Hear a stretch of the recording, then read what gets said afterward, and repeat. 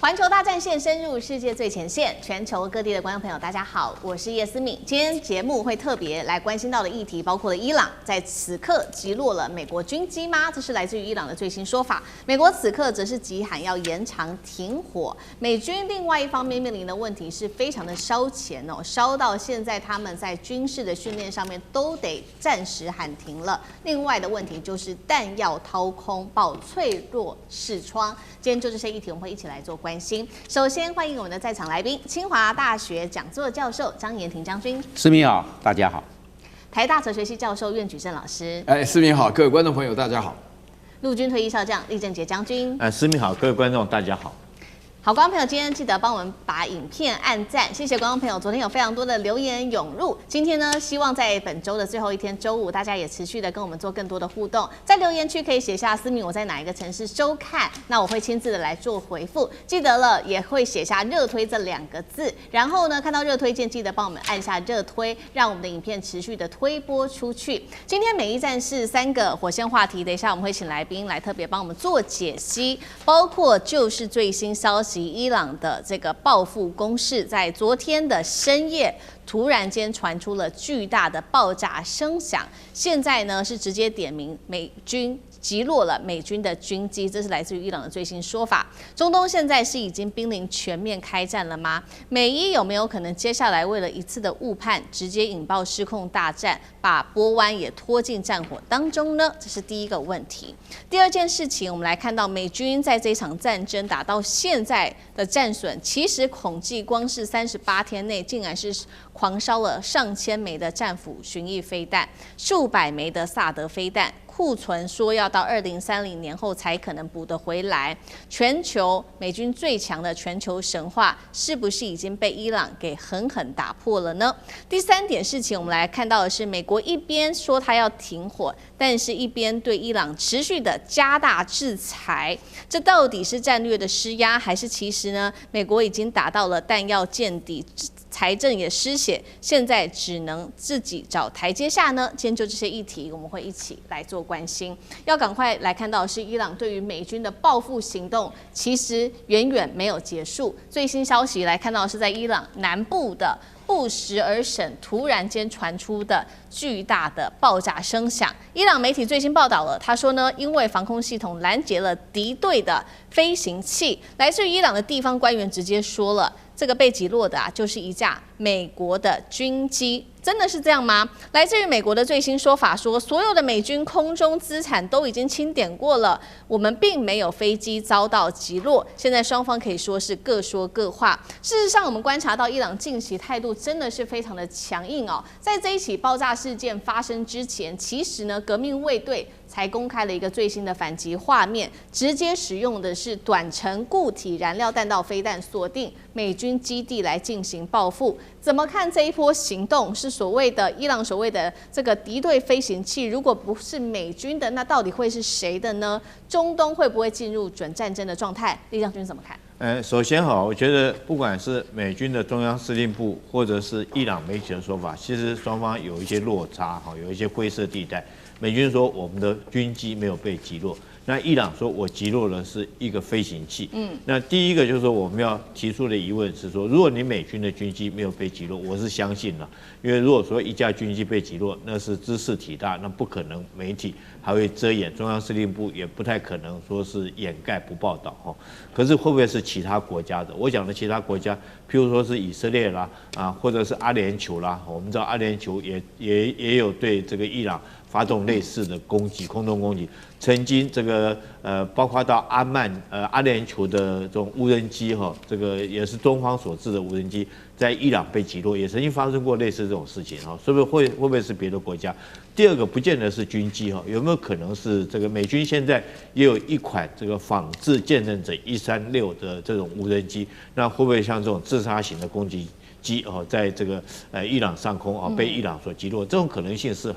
是有的。但是美軍可能為了面子問題，我覺得他是有點閃躲的說法。他說我們沒有軍機被擊落，但是人家講的是擊落飛行器啊。那第二個，我認為說是美國跟伊朗雖然說目前最新的一個狀況是說即將有可能達成和平的這種停戰的一個協議60天，停戰協議60天，但是這個目前來講的話，雙方大概目前還堅持的就是在核武方面的一個達成一個協議哈。那目前聽說最新的進展是在等這個川普來批這個同意。那但是我覺得說這可能這緩不濟急了。可是，在過去的48個小時之內，我們看到美伊雙方零星的動手還是有的哈。最早是美軍去攻擊伊朗南部那個伊什姆島的那種伊朗的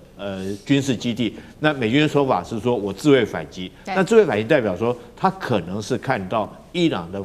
這個無人機發射架已經上了無人機發射架，即將可能有對他發射，所以他採取先發制人向他擊落。那當然除此之外哈。美軍伊朗來講，在第二次攻擊的時候，伊朗就立刻還以顏色，用他的導彈攻擊美軍在科威特的空軍基地，所以雙方這種小規模的衝突是沒有停下來過。但是我們從這2次的衝突也看得出來，雙方來講還是有克制的哈，他不敢將戰事擴大。這代表2件事情，就是雙方都認為這場仗對雙方來講可能不見得能夠有這個實力打得下去。對美軍來講的話，這場仗畢竟來講。它這個潰糧千里嘛，就從美國本土要運送很多的戰略物資，包括到這個後勤的物資要送到中東地區去，對它後勤負擔是很大。我們現在看到，不管是在德國的美軍的空軍基地或者在中東地區美軍的空軍基地，都停了很多的這種 KC-135加油機，還有運輸機，代表美軍必須要長途的運送物資過去，對他來講是非常疲累的。那尤其是說，現在美軍在這個整個這個波斯灣這個地區了哈，還停留着2艘的航母戰鬥群，那每天的燒的錢是很多的，所以美軍。我認為美國來講，可能沒有這個能力再繼續打一場持久的戰爭。那就伊朗來講的話，這場戰爭打到現在，如果說有機會，他能夠獲取到，譬如說讓荷姆茲海峽能夠正常開放航行，然後他不再被美國管制，他的伊朗的港口不再能夠輸出，他能夠解除對他伊朗的經濟制裁。我覺得這些種種方面，甚至於在核武方面，他如果能夠尋求一個突破，比當年這個對他的這種核武的約束來講會放寬一點的話，那對伊朗來講，他等於就是獲得一場勝利。所以說，伊朗大概也不想在軍事上面繼續擴大這個戰爭。对，好，所以我們看到，其實呢，剛剛將軍也特別幫我們提到了這個美伊停火60天，美軍光是部署他的武器在各個地方，其實就已經是非常燒錢了，更不要說最近幾天發生了一共是2次的零星衝突，又是另外一筆非常大的開銷，還有戰損。所以呢，我們也來看到現在呢，美國智庫最擔心的事情就是美軍除了燒錢之外，它的彈藥庫存已經越來越少了，幾乎見底。光是他們統計前38天戰爭爆發之後的38天，美軍的耗損到底有多少？我們看到具體數字1000枚的戰斧巡弋飛彈庫存要等到2030年才有可能補回來，還有超過200枚的薩德攔截飛彈到2029年才補得回來。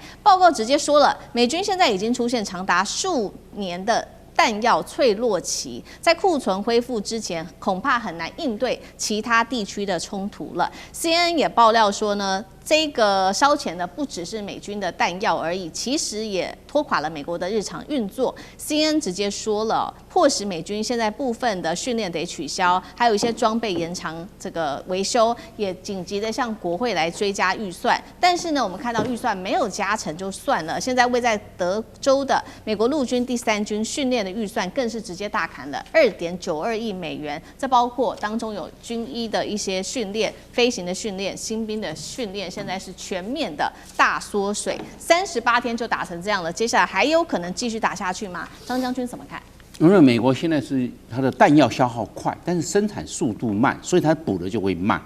那我們看這38天的伊朗戰爭，美國消耗的戰斧巡弋飛彈就消耗了1000枚，美國總共有3100枚戰斧巡弋飛彈，那你1000枚將近消耗了1/3。對，那我們看你就要補啊，那美國現在整個加班來生產。一年只能生產600枚戰斧，那你要補2年了。那外國還在買呢，像日本好了，我們講日本訂了400枚戰斧，那當然拿不到，1枚都拿不到，他已經簽了，都簽了。那澳大利亞本來買200枚，現在他加買200枚，要買400枚，都要不是只是美國在，英國也在買戰斧，所以不是光是美國要戰斧，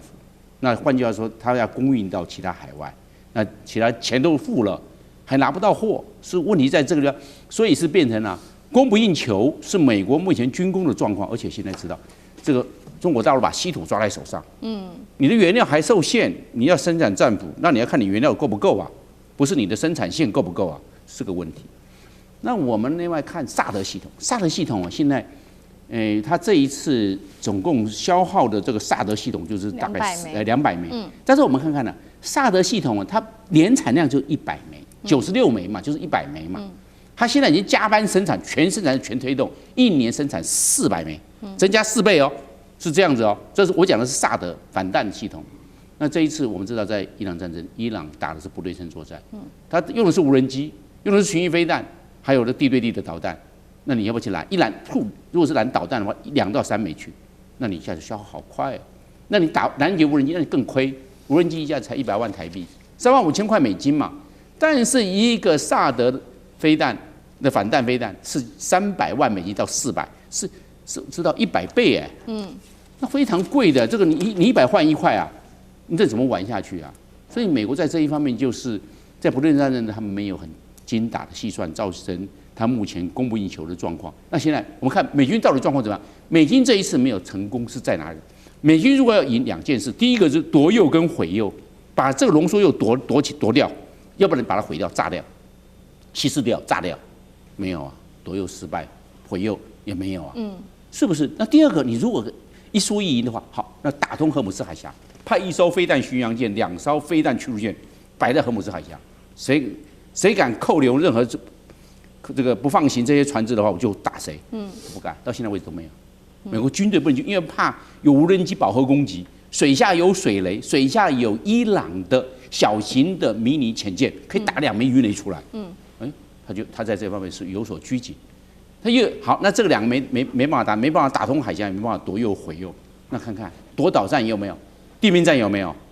那都不敢做。那既然要打仗是一不做二不休嘛。你又不地面戰，又不夺島戰，那這樣的話，伊朗就有底氣了。所以伊朗現在是拿翹了。他現在知道美國的缺點，美國的這方面的限制太多了。好，美國的限制那麼多，軍事打擊沒有用。那如果接下來，因為美軍現在在說嘛，他接下來恐怕會打的是經濟牌，針對於伊朗做出更多在經濟上面的制裁，到底有沒有用呢？我們持續來看哦。現在呢，這個美國的副總統范斯他是直接提出來了，說，其實呢，美伊雙方我們談的還可以哦。目前呢，是雙方已經非常接近，達成了一份的這個諒解備忘錄，當中包括會停火長達60天，那重新開放荷姆茲海峽，還有呢，針對伊朗的核計劃說也會再做討論。剛剛提到了嘛，軍事制裁沒用，那經濟制裁呢？美國另外一方面，它的2手策略，針對伊朗新成立負責掌控荷姆茲海峽的政府機構來做限制，還有限制伊朗的8艘油輪跟超過15個實體清單。苑老師怎麼看？這個講起來有點矛盾啊，真的是消息很難分析啊，因為前不久打起來的話呢，理由是自衛，是因為看不到被受攻擊的那一方是自衛，但是攻擊在哪裡沒看到，自己在打起來。然後呢，這個川普的整天講，就是目前的協商的話呢，快達成了啊，談得非常好。然後這邊的話呢，又要準備打啊，也實際上打啊。然後呢，就說是這個自衛的情況下，偶爾發生衝突。我覺得分析成這個3個原因啊。第一個原因的話呢，就是說美國本身呢，這個國會60天呢，就並沒有授權，所以不敢講說真的打。說叫自衛啊、衝突啊什麼的，就是繞過國會上的要求，其實都是一個不合法的措施了。然後第二個呢，范斯是從頭到尾這個 MAGA 是反對戰爭派的，那他現在做的是很不情願的，就是說停火延長60天，這個沒道理的，要停火就停火，怎麼延長60天？60天後再打。對。然後呢，這個重新開放荷姆茲海峽，荷姆茲海峽沒有被封閉過，荷姆茲海峽只是通過伊朗要經過伊朗申請啊，就是准啊什麼的。然後第3個的話呢，限制伊朗的核談判，這個是穆杰塔巴說過，這根本不可能的事情啊，因为呢，伊朗也非常清楚它的未來在哪裡。那現在的話呢，就是說美國最厲害的就是經濟封鎖啊、制裁什麼的啊這樣弄。但是你這邊問到我說，這個伊朗真的會退縮嗎？答案是不會，伊朗是受侵略的，伊朗人氣在心頭啊，一下子把這個穆杰塔巴的爸爸啊，就哈梅尼耶的話呢幹掉以後呢，伊朗上下心就全部結合在一起，伊朗的總統、伊朗的議長啊、伊朗的外交部長原來都溫和派，現在伊朗沒有溫和派了，全部都是上下一心啊，就是光腳的不怕穿鞋的，就跟美國打。我覺得非常清楚啊，這個戰術的話呢，首先就是消耗戰。然後是持久戰，然後是拖拉戰，一直拖到美國自己受不了為止。那美國現在的話呢，你前面2位將軍講的消息，沒有一個國家受得了。我在這邊先強調大家一件事情啊，那個戰爭要打士氣，士氣要靠你是不是站在正義的那一邊。那你侵略人家，結果沒有做好準備，那你怎麼會有士氣呢？美國現在的問題不是生產的問題，也不是錢的問題，是沒有士氣的問題啊。大家有沒有想象過啊？美國就打仗開炸彈殺死人的那些人，他良心何在啊？你光從這個角度來想，我們不用在現場就可以發覺美國的士氣就不足啊。你在這種情況下，這個戰爭怎麼拖下去呢？是啊，剛好拖下去就確實伊朗的策略。對，好，謝謝聶老師。那我們休息一下，馬上回來。地緣政治、美中之爭、戰略價值、強權崛起、小國生存。現在與未來，洞悉事件走向，掌握世界脈動，全球觀點，盡在環球大戰線。